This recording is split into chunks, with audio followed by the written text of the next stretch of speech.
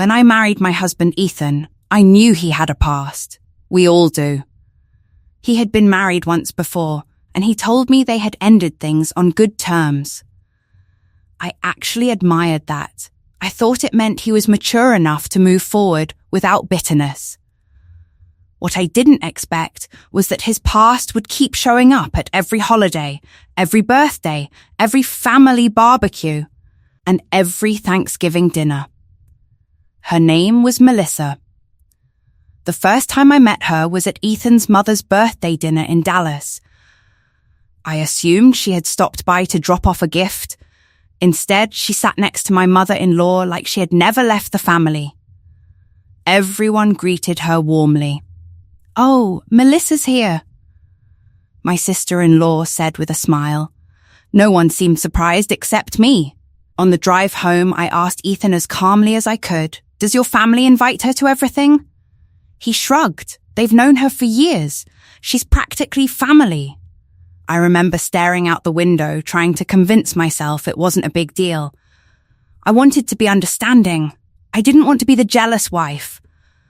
So I let it go. Months passed. Then came Thanksgiving. Melissa was there again. Christmas? She was sitting in the living room opening presents with everyone. Our anniversary dinner with his parents somehow turned into a group dinner after Melissa just happened to stop by. Each time, Ethan would tell me the same thing. "You're overthinking it. She's just a friend." My family loves her. I started questioning myself. Maybe I was being too sensitive. Maybe this was normal. But deep down, something never felt right. It wasn't that Melissa flirted with Ethan. She rarely even spoke directly to him. The problem was what her presence communicated. Every family photo included her. Every memory included her. And every time I looked around the room, I felt like I was standing in someone else's place. One afternoon, I finally opened up to my best friend Lauren. She listened quietly before asking one simple question. "Do you actually feel respected?" I didn't answer. Because I already knew the answer. No, I didn't. Respect isn't only about cheating. It's about making your spouse feel safe. Included, Chosen, that night I decided I would finally have an honest conversation.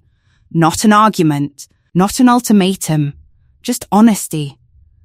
After dinner, I sat across from Ethan. "I need you to hear me before you answer." He nodded. I took a deep breath. "I'm not asking you to erase your past. I'm asking you to protect our present." He looked confused. I continued. "When Melissa is invited to every family event, I don't feel like your wife. I feel like I'm sharing my marriage with a memory." He sighed immediately. "I can't control who my parents invite. I'm not asking you to. So what's the problem?"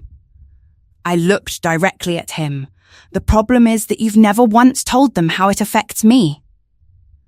Silence. For a moment, I thought he understood. Then he leaned back and crossed his arms. "I think you're making this bigger than it needs to be." That sentence hurt more than I expected, not because he disagreed, because he dismissed my feelings before even considering them. A week later, his mother called. "Don't forget Sunday dinner." I asked casually, "Will Melissa be there?" She laughed. "Of course, she never misses our Sunday dinners." I looked over at Ethan. He heard the conversation. He said nothing. Sunday arrived. I stood in front of the mirror holding my car keys. For the first time in 3 years, I made a decision that would change everything. I put my keys back on the table. Ethan looked at me from the front door. "Are you coming?" I smiled gently. "No," he frowned. "What do you mean, no?" "I've decided I'm no longer attending family gatherings where I'm expected to compete with your past." He stared at me. "So you're giving my family an ultimatum?" I shook my head. "No, I'm setting a boundary for myself." There was a difference. A boundary doesn't tell someone else what they have to do. It simply explains what I will and won't participate in. I'm not asking anyone to stop inviting Melissa, I said calmly. I'm choosing not to keep putting myself in situations where I feel invisible. Ethan left without another word. For the first time in years, I spent a Sunday exactly how I wanted. I made myself brunch. I read a book at a local park. I walked by the lake with a coffee in my hand. The quiet felt strange at first. Then it felt peaceful. That evening, Ethan came home unusually quiet. Mum kept asking where you were, he said. I nodded. I figured. People noticed. I figured that too. He looked at me for a long moment before saying something I hadn't expected. It was different without you. I didn't respond. For years, I had explained my feelings over and over. Now I was letting my actions speak. The following month was his niece's birthday party. Again, Melissa was invited. Again, I chose not to go. Instead of arguing, I wished his niece a happy birthday with a thoughtful gift and spent the afternoon visiting my own sister. When Ethan returned home, he seemed frustrated. My aunt asked why my wife never comes anymore. What did you tell her? I asked. He hesitated. I said, because she doesn't feel respected. It was the first time he had said those words out loud. A week later, his mother called me directly. I didn't realize this was hurting you so much, she admitted. I never wanted to create drama, I replied. I just wanted to feel like Ethan's wife, not an extra guest. She was quiet. I think we've all been looking at this from our perspective instead of yours. Nothing changed overnight. But little by little, things became different. Family dinners became smaller. Sometimes Melissa was invited. Sometimes she wasn't. More importantly, Ethan started asking me first whether I felt comfortable attending. He stopped assuming I would simply tolerate everything. One evening before another holiday gathering, he said something that healed a part of me. If you don't feel respected somewhere, we don't have to be there. It wasn't about Melissa anymore. It was about partnership.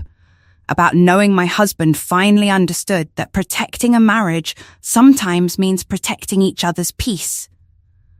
I learned something through all of this. Respect cannot be demanded through arguments. It grows when we stop abandoning ourselves just to keep everyone else comfortable. The strongest boundary I ever set wasn't loud. It wasn't angry. It was simply choosing not to participate in what hurt me. That quiet decision changed my marriage more than years of explaining ever had.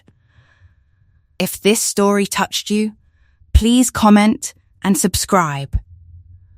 I have one question for you. Would you have kept attending those family gatherings?